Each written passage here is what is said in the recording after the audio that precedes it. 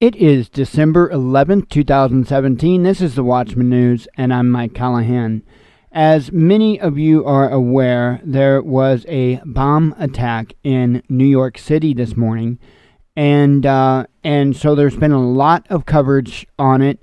RT has been covering it extensively, as well as all major media. So here's the interesting thing, okay? When it comes to technology and today, things like Facebook Live gives us an ability, whether it be just Joe Blow, somebody, or whether it be a major news entity, can go to a scene and right from a phone, they can stream what is going on. So that is a blessing and it is a curse. Some of these reporters aren't quite used to this, okay? They're not quite used to the fact that when their camera person points at them isn't necessarily when they are on air.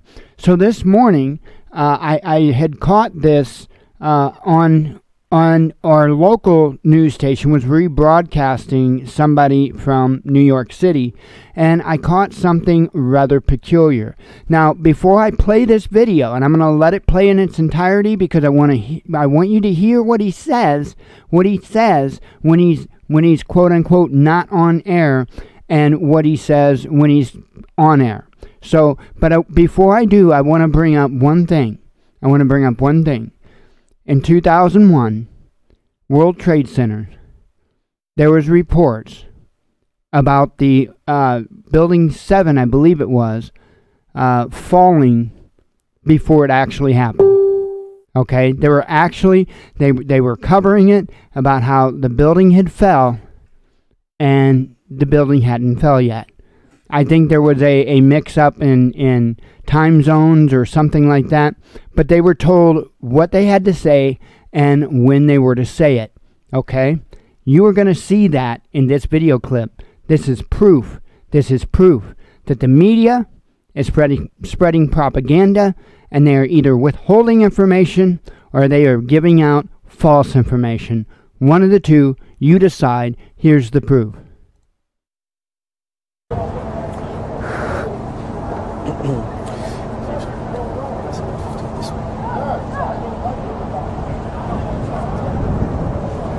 Thank you.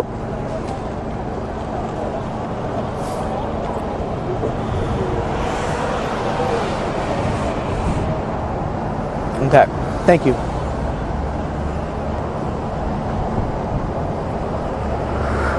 We still can't report he's in his 20s, or are we good with that now?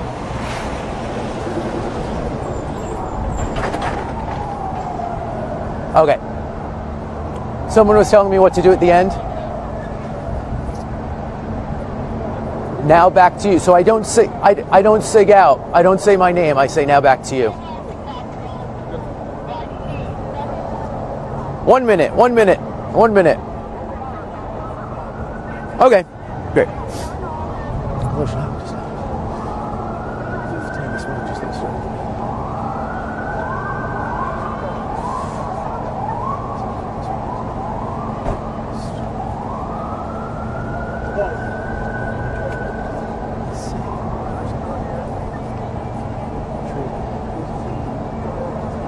30 seconds, 30 seconds.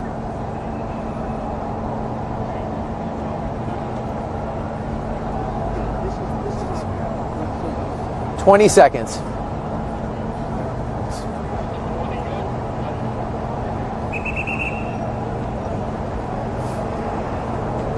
10.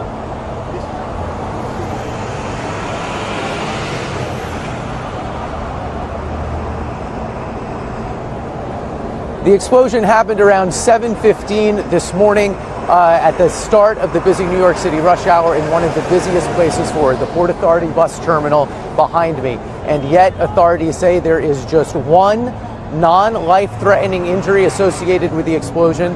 And that could be because the NYPD believes that the pipe bomb went off prematurely.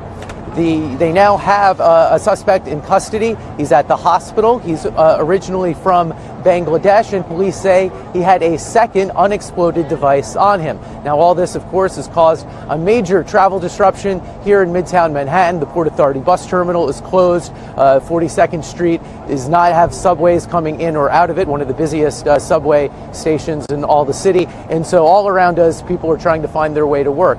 Meanwhile, the White House reports the president has been briefed on the latest steps in the investigation, and we'll get more reports as the morning and the afternoon progresses. Live outside the Port Authority bus terminal, Brooke Silverbraga, CBS News, New York. Back to you. Okay, and since then, RT has come out and said that that they had been told, or that it had been confirmed, that he had terrorist ties. But if you notice, he had to ask if it was okay if he told us whether or not the suspect was in his 20s. Okay, he had to make sure of what he could say, what he couldn't say. And that kind of has, that causes problems with me. Now, I want to remind you one more thing before I close this video up, okay?